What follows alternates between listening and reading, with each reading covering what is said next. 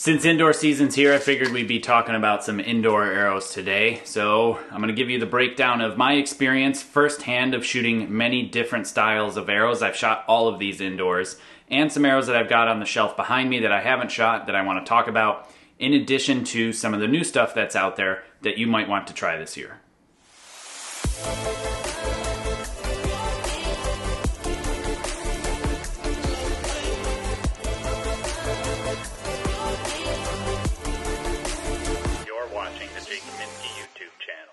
Seeing how indoor season is upon us, like I said, I figured I might as well break down the ins and outs of each type of arrow that you could potentially use this season, because not a lot of people know the ins and outs like I do as far as firsthand experience and had the benefit and the ability to shoot many different types of arrows over the years at very different levels of competition, from the state level on up to world championships, and I've shot decently high scores with all of these arrows actually. Not any one of them, in a nutshell, spoiler alert I guess, not any one of them has a distinct advantage over the other. They all have some benefits and some drawbacks, and I'm going to give you each of those in this video and cover the different types that I've got here in my hand, as well as a few different options that are available out there on the market. So one of the main questions that always gets asked for indoor season is skinny arrows or fat arrows. Which ones should you use? Should you stick with your outdoor arrows and just continue to use those throughout the indoor season? Or should you buy yourself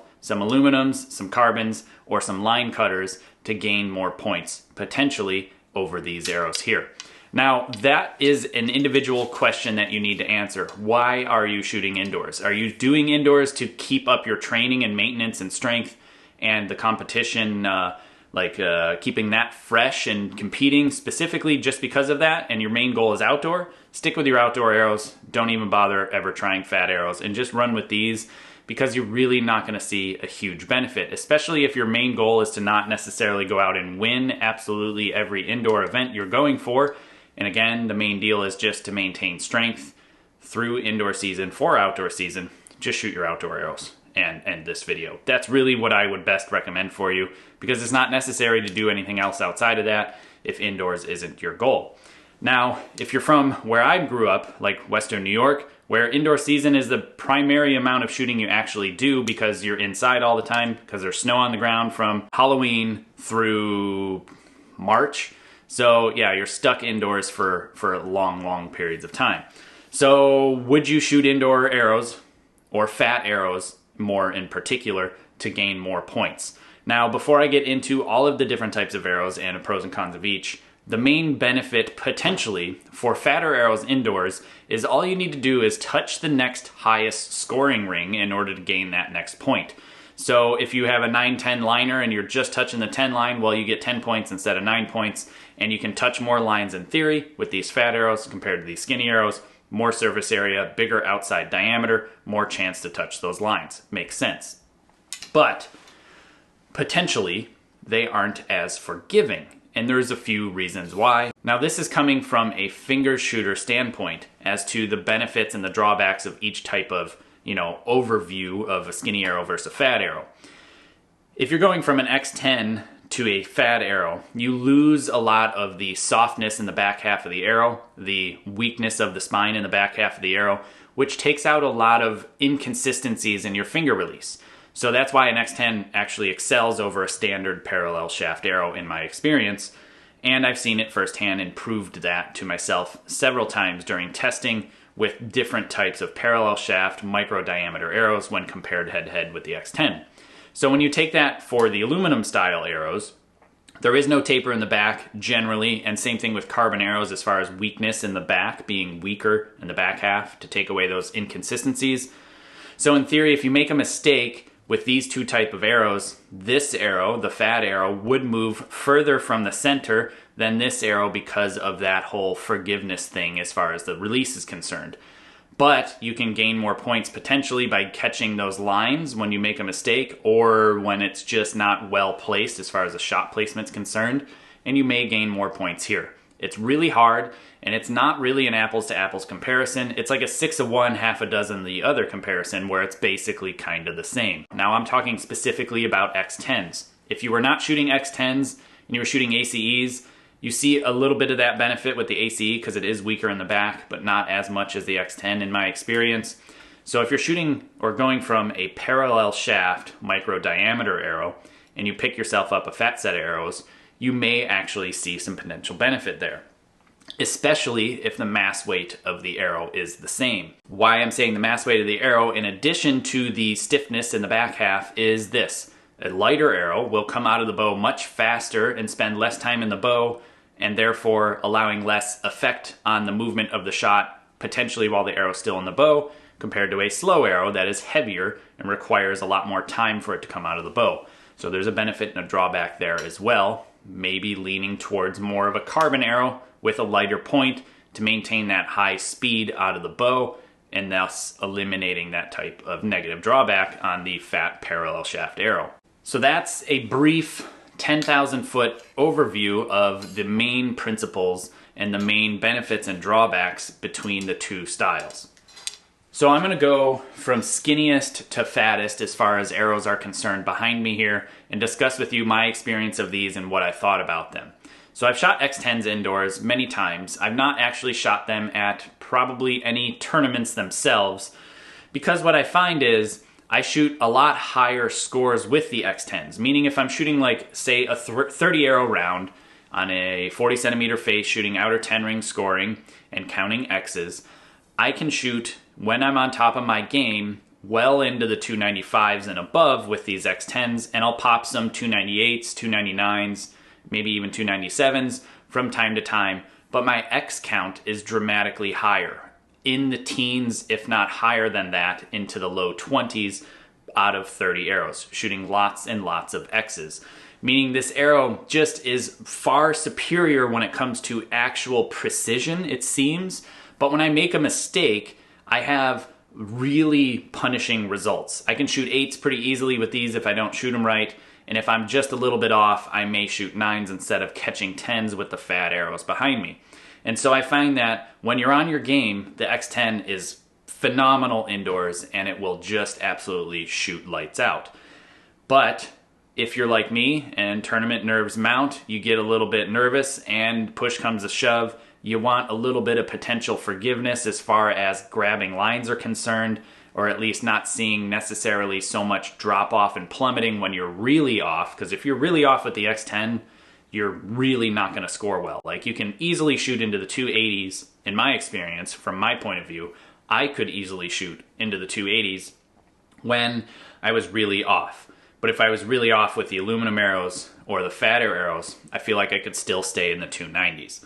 So in general, that's why I stuck with fatter arrows over the X10, is only because I found when I was really off my game, say if I had a very long flight to like Singapore or something like that, long layovers, bags get delayed, or I'm sleeping on a bed that's not comfortable and I'm just off my game, I'd rather have those fat arrows in my bow case than these skinny arrows for that reason. Just an all-out, pure, catastrophic failure prevention. So you can shoot very well with these X10s, but I think you're leaving a little bit out there potentially in the overall game compared to the fat arrows. Now, if you're shooting other outdoor arrows inside that are just parallel shaft, there is absolutely nothing wrong with just shooting your outdoor arrows indoors. There's no real issue there. They'll shoot as well as you can shoot, and you'll have a lot of fun and not have to worry about tinkering around with equipment. So there's nothing wrong with that either. This next arrow I got behind me here is the Carbon Express Maxima Recurve RZ. They're becoming obsolete, I believe. I'm not entirely sure. Don't know if they're going to be replaced. But this is something that I went to Carbon Express about, and I said, you know what we need in the industry is a fat arrow that's weak in the back, just like an X10. It'd shoot better because it fixes the problems and the dilemma between the two. You still have the forgiveness in the back because it's weak, and you have the fatter arrow to grab more lines. This is what they came up with. Not the ideal scenario. I wish it was 23 series size, you know, the maximum diameter that is allowed at World Archery events for indoors, meaning the 23 series size arrow is the largest outside diameter you can legally use. And these are not quite that. They are much smaller, maybe 19 series, much smaller. So you don't gain as many points as you could potentially gain compared to having full size arrows. It is carbon, and it does have light point weights, or at least I'm running 120 grains in a carbon arrow. So it is very light and very fast. And I shot these for a little while in testing before I retired, and I found them to be quite good. I would shoot almost identical scores as the Fat Giant aluminum arrows, but they just, I don't know, there was something missing, and maybe just psychologically it was because they were smaller than I hoped them to be, and I just didn't feel like I was gaining as much. But on barebow, I think these are phenomenal, not just in an indoor arrow, but I believe also as a field arrow, an all-around barebow arrow. This is one of my favorites. I like it a lot. I like that it's lightweight and comes out of the bow fast, removing that time in the bow issue that we talked about already. The next option is an aluminum arrow. This is a 2114. This is an X7 Eclipse 2114, which means this arrow is properly spined, or was properly spined, for my draw length and my draw weight that I used when competing. So I could use their nib points, which I think are like 72 grains, 78 grains, very, very lightweight points. An aluminum arrow.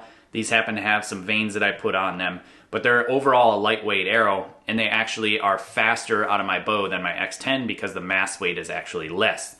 So there's a kind of a compromise between going with this aluminum arrow and one of these aluminum arrows. This is an X7 Eclipse as well, but it is a 2312.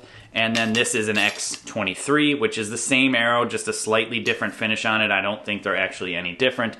And this is also a 2312. So these arrows are essentially the same, but compared to this arrow, they are slightly fatter outside diameter. You can see they're a little bit bigger, but with the bigger outside diameter comes a stiffer shaft overall. So you have to run either a longer arrow to break the spine down or heavier point weights. This is 170 grains in this arrow here particularly.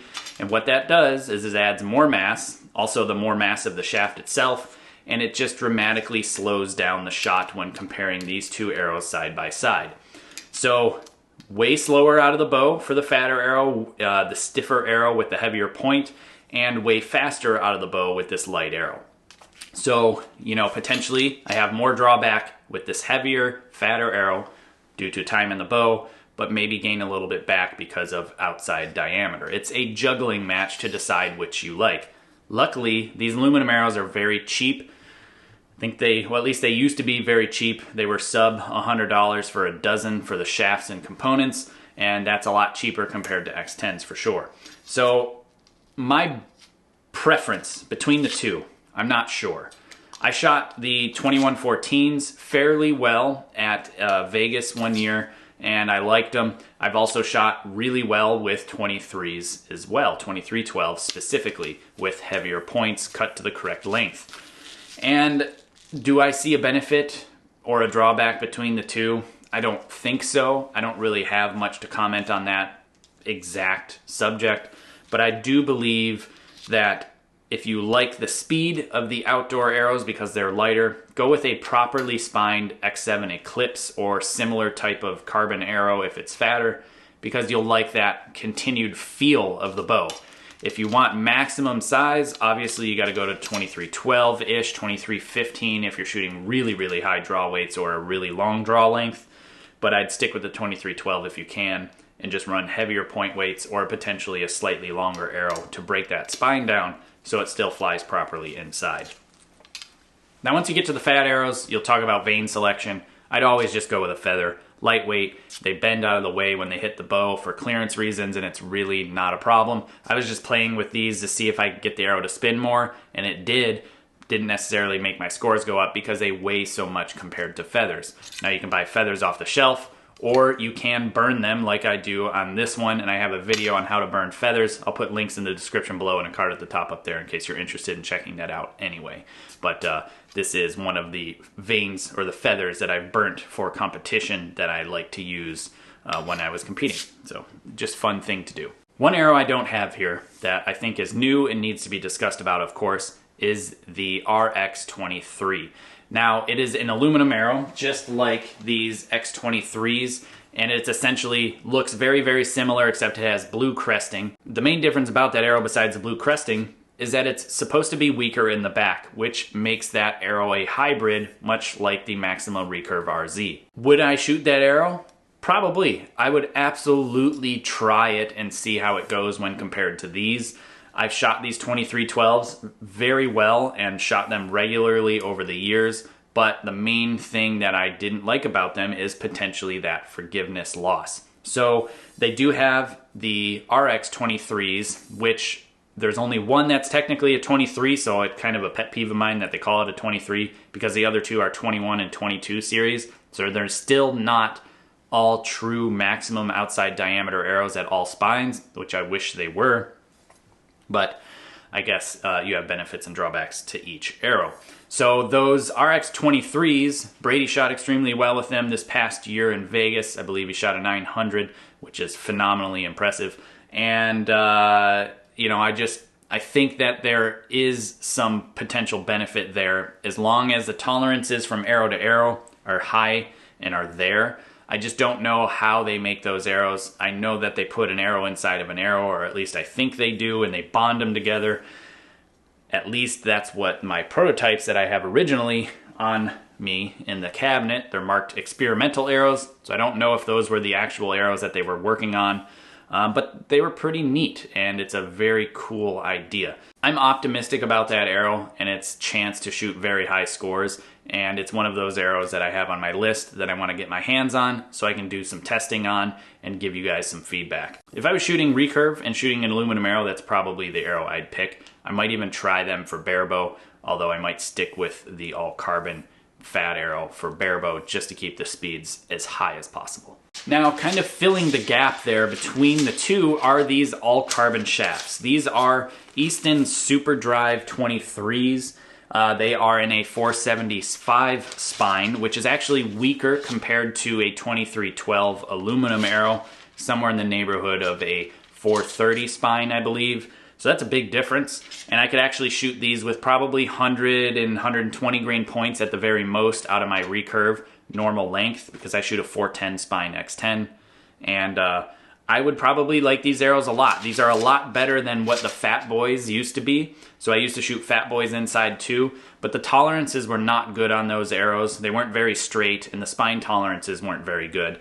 And you lost performance because of that. But these Super Drive 23s are much higher quality arrow. Carbon Express and many other companies out there have high quality 23 series size arrows that are maximum diameter, that are weaker spined, that will allow you to shoot a standard point weight, keep the bow speeds up, and potentially see less of those negative drawbacks when it comes to shooting the big fat arrows inside.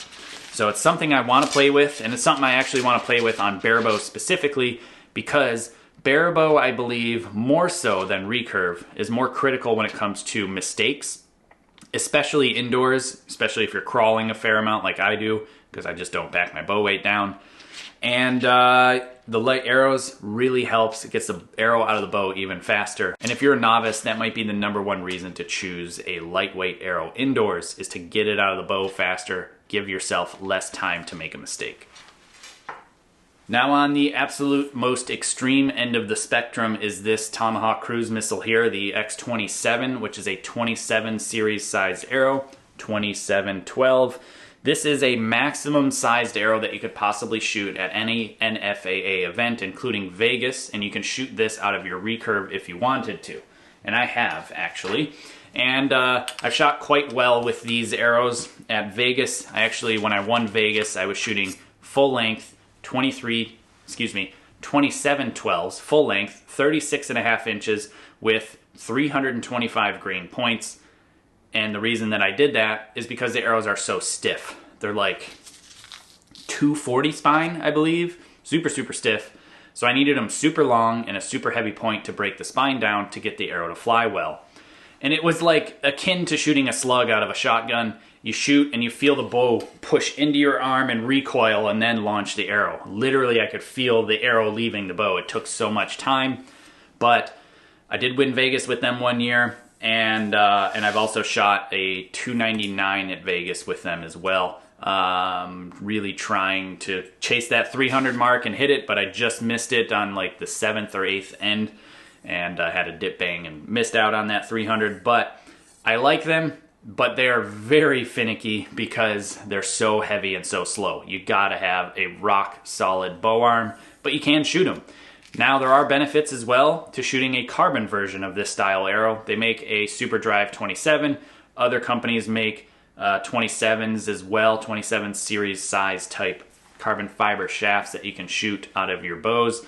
And again, speed up is a good thing and might be the reason why I would try the carbon version of this. But it's just kind of a novelty at this point because it's just so big and it's ridiculous. So in a nutshell, what do I recommend when picking the two styles of arrows? We just went over every type of arrow that you can pick back there and kind of the rundown of each.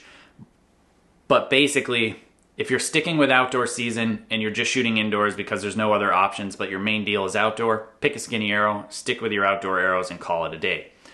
Now, if you want to squeeze out every other point after that, you have the choice of going skinny or fat. Potentially arrows that are weaker in the back, like the new RX23s or the Maxima Recurve RZs, or potentially other arrows that may be out there on the market that I'm not aware of.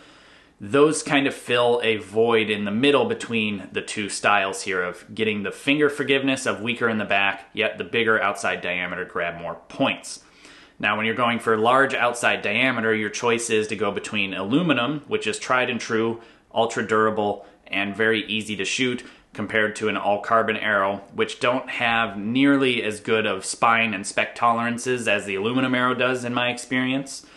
But you can still get those to shoot very well because they are faster coming out of the bow.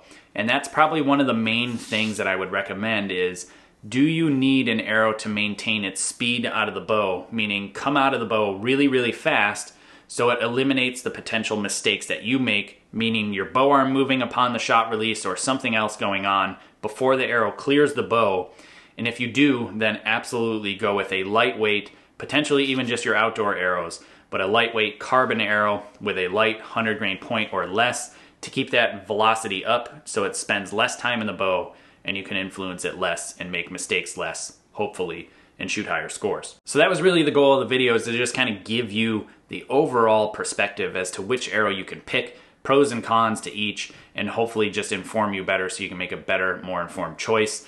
If you have other feedback or comments or some sort of success or negative finding that you've found in the past, comment below, let me know what you think, and lots of people read these comments, so it also helps other people as well. I'm trying to give back to the community by producing these videos for free for everybody to absorb around the world, and your comments do help others as well. So please do contribute, and that would be appreciated. And if you're interested in supporting my channel at all, head to my website, jkaminski.com. There's many different ways on how you can help support the channel. From Patreon, which allows you access to my exclusive Discord server. I have apparel for sale. I have books that I've written with my wife as well. Behind me, I have new Wave Pro vanes. I have several things that are available and coming out in the near future. So if you wouldn't mind, do consider supporting this channel. Again, I produce all of this content for free for everyone around the world to enjoy.